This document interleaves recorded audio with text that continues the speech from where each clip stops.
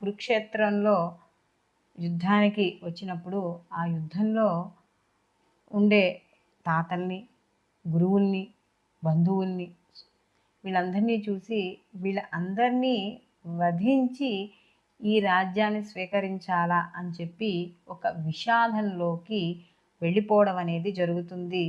దానికి ఎప్పుడైతే అర్జునుడు విషాదంలోకి వెళ్తాడో అప్పుడు శ్రీకృష్ణ భగవానుడు చెప్పడం అనేది జరిగింది.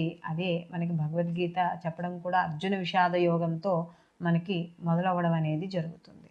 అయితే మనకి కొంతమంది చెప్పినప్పుడు కానీ కొన్ని ప్రామాణికాలు కానీ తీసుకున్నప్పుడు గీత యొక్క ఈ కురుక్షేత్ర సంగ్రామంలో మనకి ఎప్పుడు మొదలైంది అని చూసుకుంటే మనకి తిథుల్లో కానీ చూసుకుంటే రోజుకు ఒక తిథి ఉంటుంది, లేదా తిథి ద్వయం ఉంటుంది.